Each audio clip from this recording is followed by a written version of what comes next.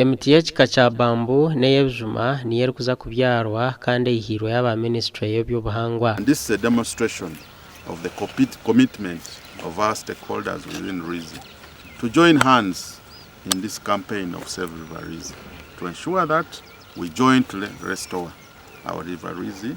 So as I have been asked by Ankole Diets that they are going to take care of this plant, and this is going to be a very key change agent for this post-marathon activities.